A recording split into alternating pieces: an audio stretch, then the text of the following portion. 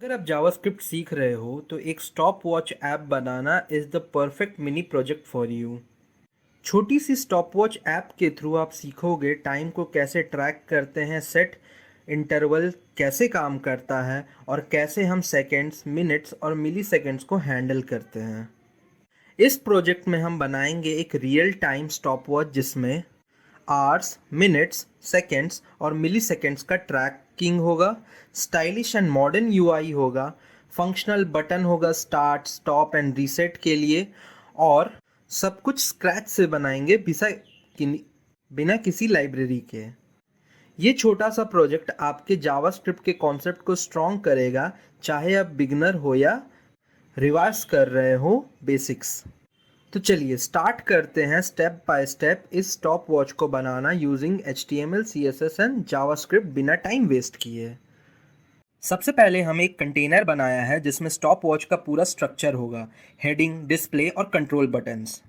ये simple heading है जो आप अपने ऐप का नाम दिखाता है, दैट इज स्टॉप वॉच। इसके बाद इस डिस्प्ले एलिमेंट के अंदर स्टॉप वॉच का टाइम दिखाया जाता है और इनिशियली सब कुछ ज़ीरो होगा, लेकिन जावास्क्रिप्ट से ये हर सेकेंड और मिली सेकेंड अपडेट होता रहेगा। इसके बाद इस सेक्शन के अंदर 3 बटन्स हैं जो स्टॉप वॉच को कंट्रोल करते हैं, स्टार्ट, स्टॉप और रीसेट। स्टार्ट बटन को स्टार्ट करेगा स्टार्ट बटन स्टॉप वॉच को स्टार्ट करेगा जावास्क्रिप्ट में सेट इंटरवल से, और स्टॉप बटन स्टॉप वॉच को पॉज कर देगा क्लियर इंटरवल का यूज़ करके, और रीसेट बटन स्टॉप वॉच को स्टॉप भी करेगा और टाइम वापस 0 सेट करेगा। मतलब हर बटन का एक यूनिक आईडी है जिसके थ्रू हम जावास्क्रिप्ट में क्लिक इवेंट हैंडल करते हैं। इसके बाद अब हम चलते हैं CSS पार्ट पे, अपने स्टॉप वॉच को स्टाइल करने।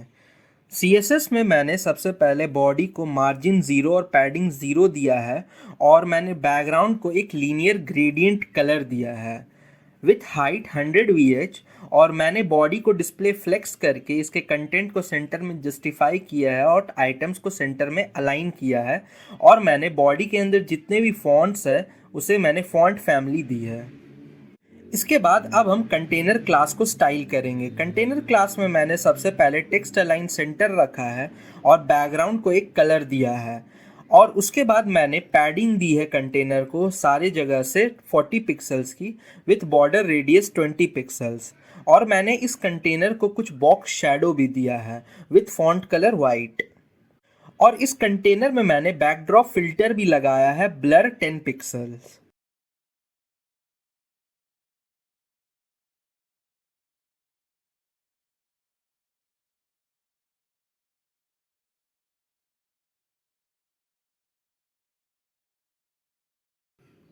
इसके बाद अब हम डिस्प्ले आईडी को स्टाइल करेंगे। डिस्प्ले आईडी में मैंने फॉन्ट साइज़ को 3 रेम रखा है, और मैंने इसे टॉप और बॉटम से 20 पिक्सल्स की मार्जिन दी है और लेफ्ट एंड राइट से 0 पिक्सल्स की मार्जिन दी है, और मैंने इसका लेटर स्पेसिंग रखा है 2 पिक्सल्स का।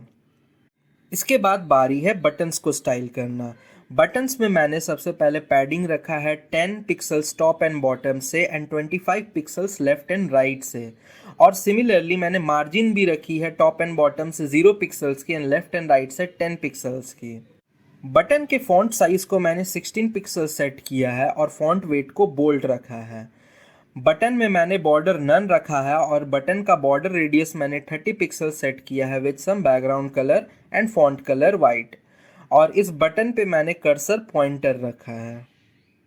इसके बाद अब हम बटन पे हावर इफेक्ट डाल रहे हैं, मतलब बटन पे हावर करने पे इस बटन का कलर चेंज हो जाएगा।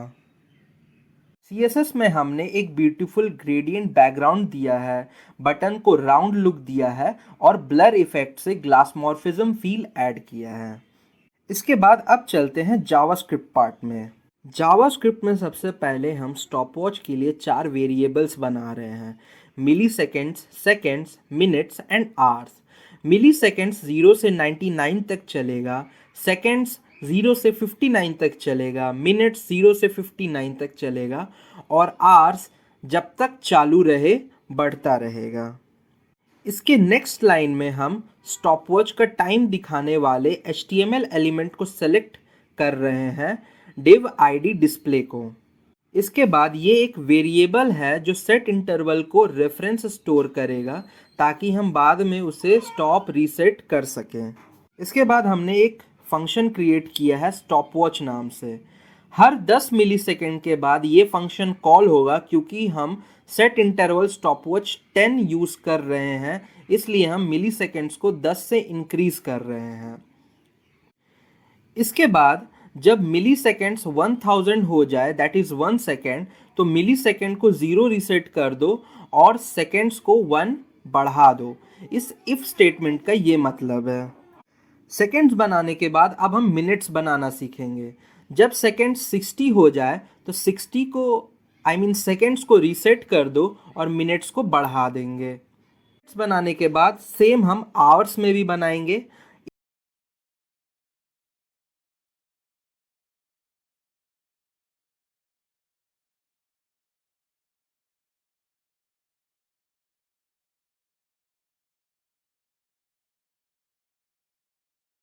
इफ स्टेटमेंट का यूज करके, मतलब जब मिनट 60 हो जाए तो minutes reset and hours increases. इसके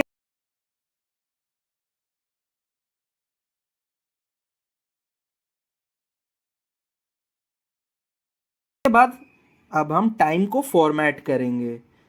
ये ब्लॉक टाइम को प्रॉपर फॉर्मेट में दिखाता है। अगर नंबर 10 से छोटा है तो उसके आगे 0 लगाते हैं। मिली सेकेंड्स के केस में हम 3 डिजिट्स चाहिए होते हैं, इसलिए हम यहाँ थोड़ा एक्स्ट्रा चेक लगाया है ताकि कोई एरर ना आए। इसके बाद अब हम डिस्प्ले को अपडेट करेंगे, मतलब अब फाइनल फॉर्मेटेड स्ट्रिंग को डिस्प्ले में दिखाया जाता है।